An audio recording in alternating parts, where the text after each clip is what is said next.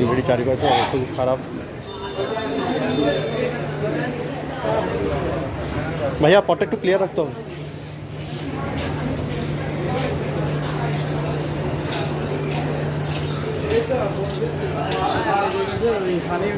এখানে আসলে বোঝা যায় আসলে কি অবস্থা, ডাক্তাররা কত কষ্ট করে পরিশ্রম করছে এখানে।